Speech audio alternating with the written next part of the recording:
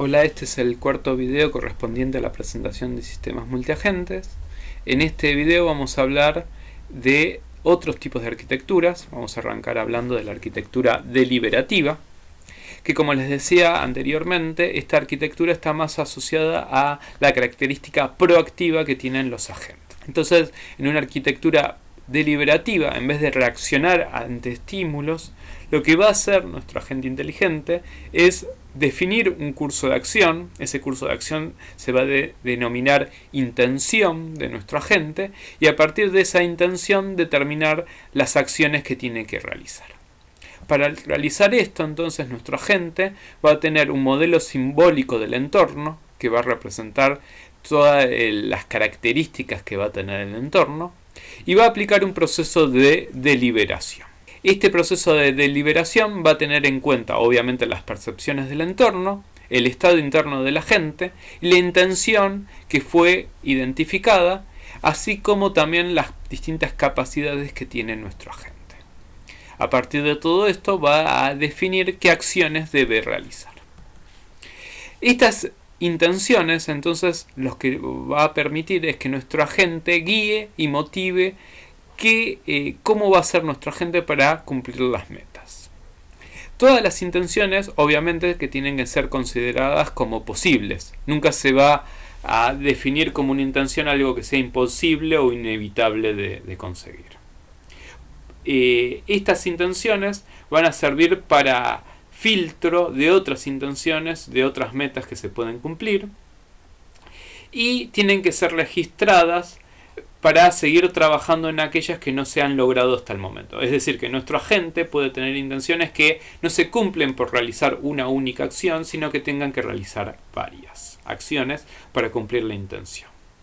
Por eso mismo, la función de utilidad debe evaluar, además del nuevo estado, también el histórico de estados pasados y los posibles estados futuros, teniendo en cuenta un máximo o un promedio, para determinar qué acciones realizar teniendo en cuenta las intenciones que tiene elegidas. Un ejemplo de arquitectura deliberativa lo tenemos en la arquitectura BDI. BDI viene por Belief, creencias, Desires, deseos, e Intentions, intenciones. Lo que va a pasar en la arquitectura BDI es que nuestro agente va a tener un conjunto de creencias que van a ser las percepciones que va a tomar del entorno. Va a tener un conjunto de deseos que van a ser los distintos objetivos que se pueden cumplir. Esos objetivos pueden ser que sean complementarios o contradictorios entre sí. Y a partir entonces de estas creencias y estos deseos, nuestra agente va a elegir una intención. La intención va a ser un objetivo o un deseo que se quiere cumplir, teniendo en cuenta el estado actual, las creencias y las capacidades o acciones que puede realizar nuestro agente. Entonces, una intención la podríamos ver como una especie de plan que nuestro agente tiene que seguir para cumplir un objetivo, teniendo en cuenta el estado actual del entorno y del agente.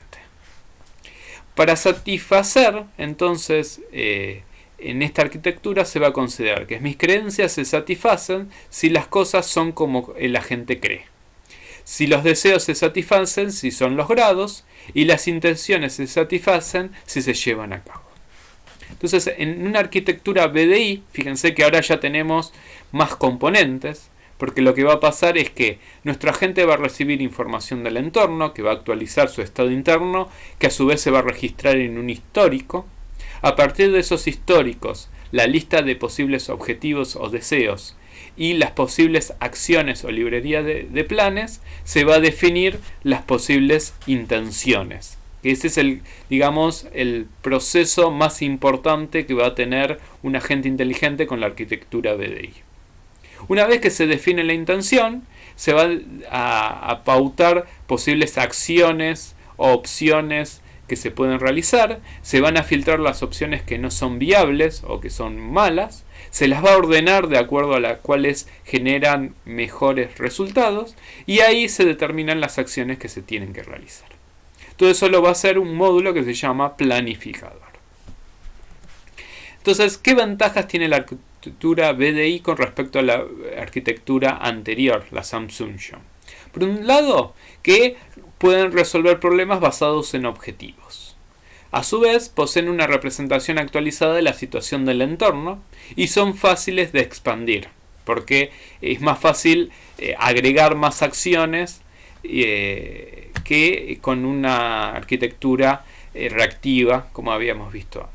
Pero como desventaja es que suelen ser muy complejos. Si yo tengo muchos objetivos, muchas intenciones, puede ser casi imposible de entender y controlar. Por eso también conviene para cada agente definirle pocos objetivos y pocas capacidades.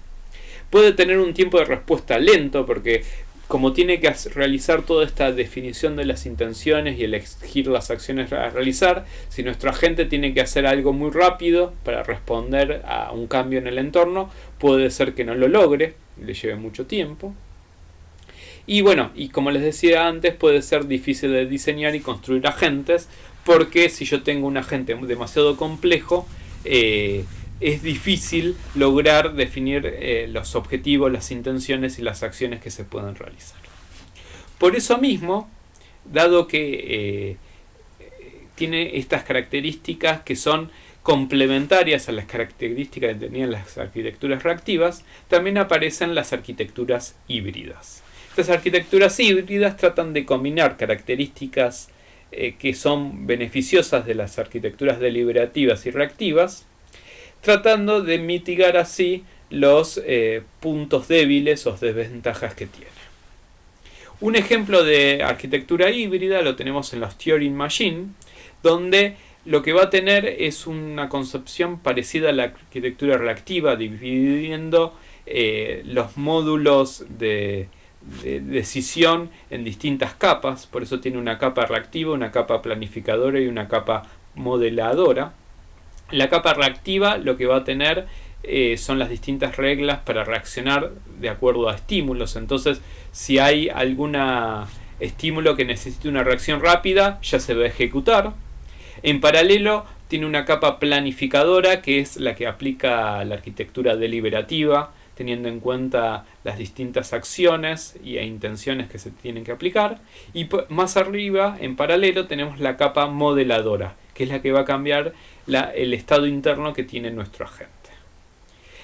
De los resultados que va a generar cada una de estas capas, el subsistema de acción va a elegir cuál es la acción que tiene que realizar en un momento determinado.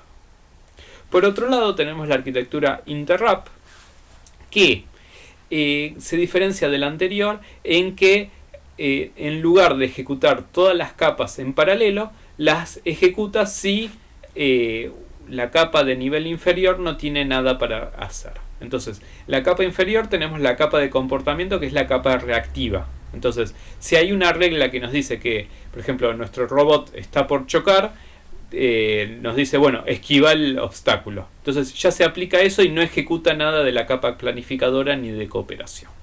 Pero si en la capa de comportamiento, esta capa reactiva, no tiene ninguna regla, se va a ejecutar la capa de planificación, que es la capa deliberativa, que va a elegir una intención, un conjunto de acciones a realizar y va a definir qué hacer. Pero si la capa de planificación no tiene nada, se lo va a pasar a una tercera capa, que es la capa de cooperación. Esta capa de cooperación es la que permite que nuestro agente inteligente interactúe con otros agentes para definir cursos de acción en conjunto con otros agentes. Por eso esta arquitectura ya considera no solo que los agentes son totalmente autónomos, sino que hay veces que necesitan negociar y comunicarse con otros agentes para definir qué cosas realizar. Bueno, con esto finalizamos entonces todas las arquitecturas que son tradicionales. Nos quedan ver las arquitecturas no tradicionales.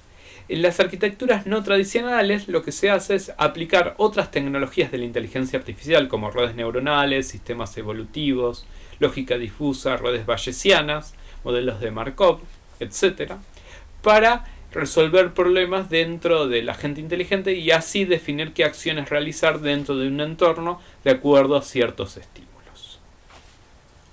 Entonces ahí lo que va a cambiar en esta arquitectura es que dentro de un agente inteligente vamos a tener otro tipo de sistema inteligente, otro tipo de tecnología de la inteligencia artificial que se va a emplear para resolver algún tipo de problema o tarea que el agente tiene que realizar. Esta arquitectura, entonces fíjense que va a tener un módulo de comportamiento donde va a tener el tipo de sistema inteligente especial, un módulo de comunicaciones que le va a permitir que este agente interactúe con otro agente u otros agentes, y el módulo de planificación que va a definir qué tipo de tecnología emplear de acuerdo a las características que tiene el entorno. Como un ejemplo para esta arquitectura no tradicional, ahora vamos a ver un ejemplo donde se explica cómo funciona el algoritmo Q-Learning, que es un algoritmo que está basado en un aprendizaje por refuerzo y que se suele emplear en agentes con arquitecturas no tradicionales para resolver problemas. Como esa explicación del algoritmo Q-Learning es un poco larga, lo vamos a ver en el siguiente video. Hasta luego.